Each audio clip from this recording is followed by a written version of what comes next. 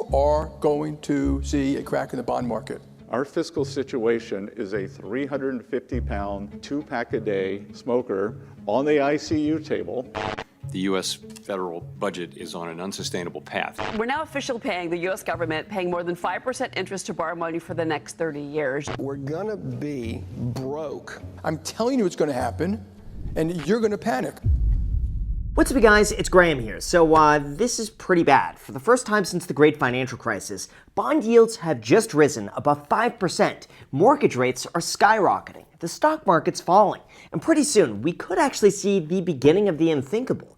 A world where the safest investments in America become the biggest threat to everything else. Like, keep in mind, for the last 15 years, our entire economy was built on the concept of cheap money. Homes got more expensive because people could borrow more. Stocks went higher because there was nowhere else to put your money. But now that entire system is reversing, and stocks are facing a major problem, because why would you invest when the government is giving you more than 5% to do nothing? That's why we really have to talk about why bond prices are collapsing, why 5% is the magic threshold that could break our entire economy, and then most importantly, how this is about to affect you, your money, your job, your house, and even your investments, because this could be the moment that everything starts to go to shit. Although before we start, if you appreciate the last-minute breaking news videos like this, all I ask is that you break the like button and subscribe if you haven't done that already. That's all I ask. It helps out tremendously, and as a thank you for doing that, as usual, here's a picture of a chicken. So thanks so much, and also big thank you to SoFi for sponsoring this video, but more on that later. Alright, so in order to understand what's going on and why interest rates are spiking to levels that we haven't seen since the great financial crisis of 2007, we need to talk about the two words sending chills down every investor's spine, and that would be bond yields. See, anytime the United States needs money, it issues what's called Treasury bonds, which basically just says, lend us your money today and we'll pay you back a fixed, consistent interest rate. And then at the end of the term, we'll pay you back your original investment that you gave us. Generally, this amount is seen as a risk-free rate of return, since realistically, the government's never going to default on their debt. So investors, pension funds, endowments, banks, institutions, they all buy Treasury bonds as a safe place to store their money. Except in this case, bond prices are collapsing. Why? Well, here's the part that a lot of people miss. Bond prices and bond yields move in opposite directions. So when an investor wants to buy bonds, bond prices go up and yields go down. But when investors start selling bonds, bond prices fall and those yields go up. Or if that sounds super confusing, just imagine that a bond costs $100 and pays $5 in profit for a 5% return. Well, if a lot of investors are buying that bond, maybe the price goes to $125 for that same $5 profit. In this case, the return drops to 4%. But maybe if demand is really low, investors will only pay $80 for that same $5 of profit, which works out to a 6.25% return. That's why anytime you see a headline that says yields are spiking, all that means is that people are selling off government debt and demanding a higher return to lend their money, which, you guessed it, is a warning sign, because if the safest borrower in the world suddenly has to pay more money, then everything else in the economy has to adjust around that new number. Like, once investors can earn a risk-free 5% return, they begin to ask themselves, why buy an overpriced stock? Why buy real estate? Why lend money to a struggling company? Why invest in anything unless the return is meaningfully higher than that? And really, when enough investors start asking themselves that same question, everything begins to fall. And that's what we've begun to see. Now, unfortunately, this is just the tip of the iceberg, because the largest borrower in the entire world is the United States. And when yields go higher, the more expensive it becomes to maintain the national debt, which, you guessed it, when their loans come due, they have to refinance and get new debt at a much higher interest rate, which costs them more money, which causes them to have to borrow even more and pay even higher interest. And this just carries on over and over and over again until eventually something snaps, which leads us to the bond collapse. Like, here's the thing, bond prices are only falling because investors are no longer willing to lend money at the same rates that they used to accept. Like, sure, a few years ago, maybe earning 3% was pretty good. But today investors are looking at inflation, government spending, rising deficits, and the massive amount of debt that constantly needs to be refinanced. Not to mention, there are three specific forces all about to hit the market at the exact same time, starting with number one, inflation. In this case, last week, CPI jumped 3.8% year over year, the highest reading since May of 2023.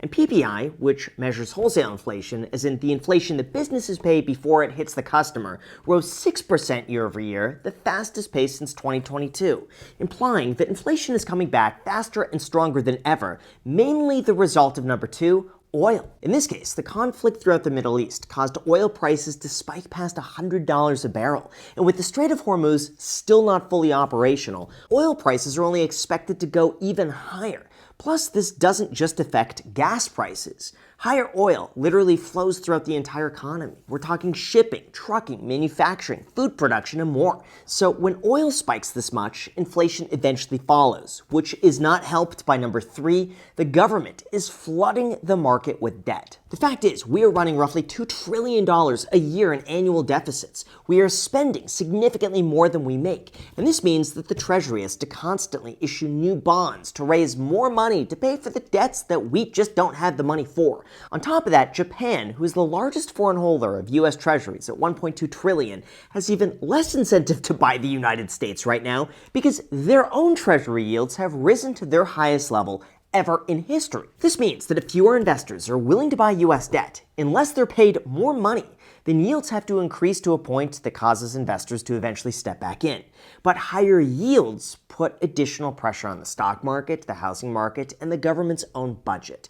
That is when this becomes the difference between a bond market problem and a full-blown financial crisis. On top of that, this is also why assets like cryptocurrency have become a part of the conversation, because when investors begin questioning the long-term value of inflation, debt, and money, they begin looking into assets outside of the traditional system. So in terms of what's most likely going to happen next, you're gonna want to hear this. Although before we go into that, I have to say, when it comes to something like crypto, how you're buying it matters just as much as the investment itself, because the biggest difference between a good and bad experience usually comes down to how you're actually buying and holding it. That's why having something simple, secure, and backed by a trusted platform makes such a huge difference, and our sponsor, SoFi, is there to help. For those unaware, they are the first nationally chartered bank where you could buy, sell, and hold cryptocurrency all from one app, with access to over 25 different cryptocurrencies on a federally regulated platform with the safeguards of the bank. On top of that, everything is in one place, so instead of juggling multiple apps, you could manage your crypto right alongside with your checking, savings, and other investments. Plus, if you're just getting started, they even have in-app guidance to help you learn as you go, so you're not guessing or trying to figure it out haphazardly. Of course, crypto is inherently risky, and you gotta make sure it actually makes sense for your situation, but assuming you are interested, doing it on a platform that's simple and secure just makes the entire process a lot easier. So if you want to check it out, just go to SoFi.com/Graham with the link down below in the description, and from now until June 30th, new crypto members could grab up to $1,000 to kickstart their crypto. Again, that's SoFi.com/Graham to get started with the link down below. Thank you so much. Now let's get back to the video. Alright, so in terms of what's happening, what this means for the future, and then most importantly, what you could do about it, it's really important to understand how these events have played out in the past. Because first we have the 1994 Great Bond Disaster. This occurred just over 30 years ago when yields were low, inflation was under control, and everything seemed fine. But then the Federal Reserve started raising interest rates faster than expected, and that caused the bond market to completely collapse. In fact, the yield on a 30-year Treasury spiked from under 6% to above 8% in a matter of months. Mortgage rates saw a 30% increase. Bond investors lost over $1 trillion. And what's crazy is that absolutely nobody saw it coming. The same thing also applies to the 2023 banking crisis. Back then, the 10-year Treasury briefly passed 5% as investors grew concerned about rising inflation. But this left banks with massive unrealized losses from the bonds that they had bought when rates were much lower. As a result of that, the stock market fell over 10%, with some of the banking stocks falling as much as 50%.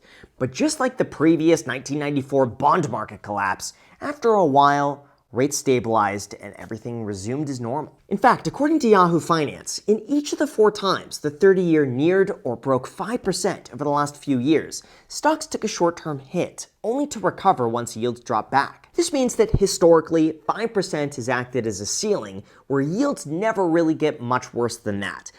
But today people are worried that 5% is now going to be the floor.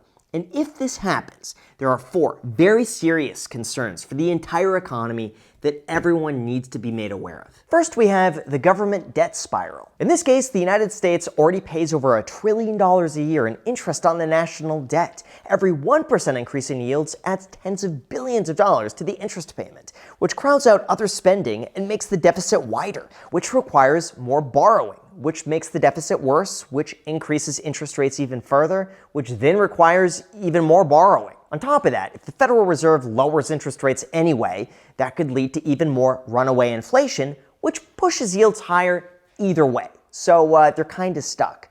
Leading to number 2, stocks come under pressure. Like, here's the reality. When the government is paying you 5% risk-free to basically just do nothing, stocks look a lot less appealing. Because when the stock market is averaged 7%, but you could go through a lot of volatility, there's not as incentive to risk your money in the market when you could just get a little less guaranteed and not have to worry about it. This is also why a lot of high-growth tech companies get hit the hardest, because when rates go up, their future money is worth a lot less compared to what you could just get locked in today. On top of that, third, the housing market freezes further. Anyone who bought in the last 2 years and locked in a rate above 6% is likely underwater on their mortgage when you account for commissions and closing costs. And anyone who bought at 3% years ago is not going to want to move and get a new mortgage at 6.5% to 7%, when that would cost them more than double what they're currently paying. This keeps inventory locked up, keeps prices sticky, and makes first-time home buyers work a lot harder to get the exact same house. And finally, fourth, the higher these yields go,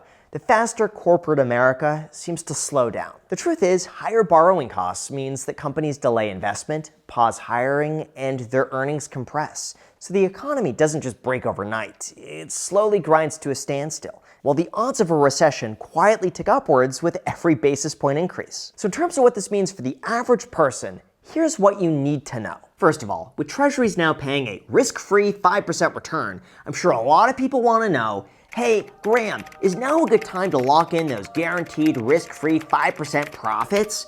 And my honest answer is, if you're looking for a safe, stable, long-term return without going and trying to chase stock market returns for outsized profits, then yes, potentially buying treasuries right now isn't that bad of a deal. Like for retirees, people saving short-term for a house, or someone who just wants liquidity on the sidelines just in case, earning 5% at these levels is not that bad. However, the expectation is that even today, your 5% profit is going to be eaten away by inflation, rising government debt, and money printing. And long term, over the next 10 to 20 years, you could wind up earning significantly less than had you just thrown the money in the stock market and done nothing. Like, treasuries are really just designed to preserve capital and generate a little extra income, not maximize wealth. So even though a 5% return seems pretty attractive, stocks have historically offered significantly higher returns because you're compensated for the additional risk. That's why if you move too much money into bonds just for the 5% yield, you could protect yourself from short-term volatility, but most likely at the expense of a lot of long-term growth. And it's something everyone has to keep in mind. On top of that, not all bonds are created equal. For example, short-term treasuries, like 3-month, 6-month, or 1 year, are closer to cash. They're really valuable if you want flexibility and don't want to lose too much value. But long-term bonds, like 10 or 30 years, are completely different, and they could lose a significant amount of value short-term if yields keep going even higher. So in terms of what I think about the bond market crisis and what this means for you, here's what you came for. As of right now, UK's yield hit the highest level since 1998. Japan's yield reached the highest level ever in history. The US 30 year is at a point that we haven't seen since 2007. Rate hikes are back on the table, and yeah, the bond market is breaking. But just from what I could tell, so far this is not the same as 2007, where a corner of the mortgage market just brought down the entire economy. Instead, this one is a lot slower, a lot more boring, and in some ways actually a lot more dangerous, because it's affecting pretty much everything at the same time. For instance, like I mentioned earlier, higher bond yields means that the government pays more to borrow money, which just adds to the national debt that we already can't afford to begin with. On top of that, mortgages stay higher for longer. Companies refinance at higher interest rates. Stocks have to compete with a guaranteed 5% return in Treasuries. And consumers then have less money left over after paying for credit cards, auto loans, insurance, and everything else that's going up in price. That's why no, I don't think this means the market's gonna collapse tomorrow morning, and maybe you could go back at this and it ages terribly. But I do think that this is a sign that the free money era is really coming to a bit of an end, at least for the foreseeable future. And as a result of that, everything has to readjust to a market where interest rates are staying higher for longer. To me, the most realistic outcome here is not a sudden market crash that no one sees coming, but instead a slow constriction of the financial system that's probably going to result in either of these two scenarios. First, we could see inflation slowly subside and yields come back down on their own, or yields keep going up and eventually the Federal Reserve has to step in. However, there is a bit of a catch here, because if the Fed steps in too soon and lowers interest rates before the economy could handle it, then inflation could get a lot worse. But if they wait too long, they risk letting higher interest rates hurt the economy, which also has its own consequences. So in terms of what you should do about this, I tend to think that this just means you should stay flexible. Don't take on too much leverage. Don't take on too much debt. Don't assume that these high interest rates are going to disappear tomorrow. Don't put money that you need into long-term bonds that could be pretty volatile. And also, don't sell off stocks just because they're falling in value and you get scared. Like historically, moments like this when everyone's panicking tends to be the point where the market begins to price in a solution. But until that happens, the bond market is sending a very clear message. And that's the fact that interest rates can't stay higher for longer. And the biggest risk is that if 5% becomes the new floor instead of the prior ceiling, that's when we got problems, which is why it's extremely important, no matter what, to hit the like button and subscribe if you haven't done that already. Oh, and also, before I forget, if you want bonus videos every single week that I don't post publicly because some of them are a little too niche for the YouTube algorithm, feel free to join as a channel member. And on top of that, if you leave a comment as a channel member, I see each and every one of them. In fact, I actually get notifications on my phone when a channel member comments. So if you want to see bonus videos, and I'll do my best to respond to each and every one of your comments as a channel member, feel free to join. Helps out a lot. Enjoy the extra content. Thank you so much, and until next time.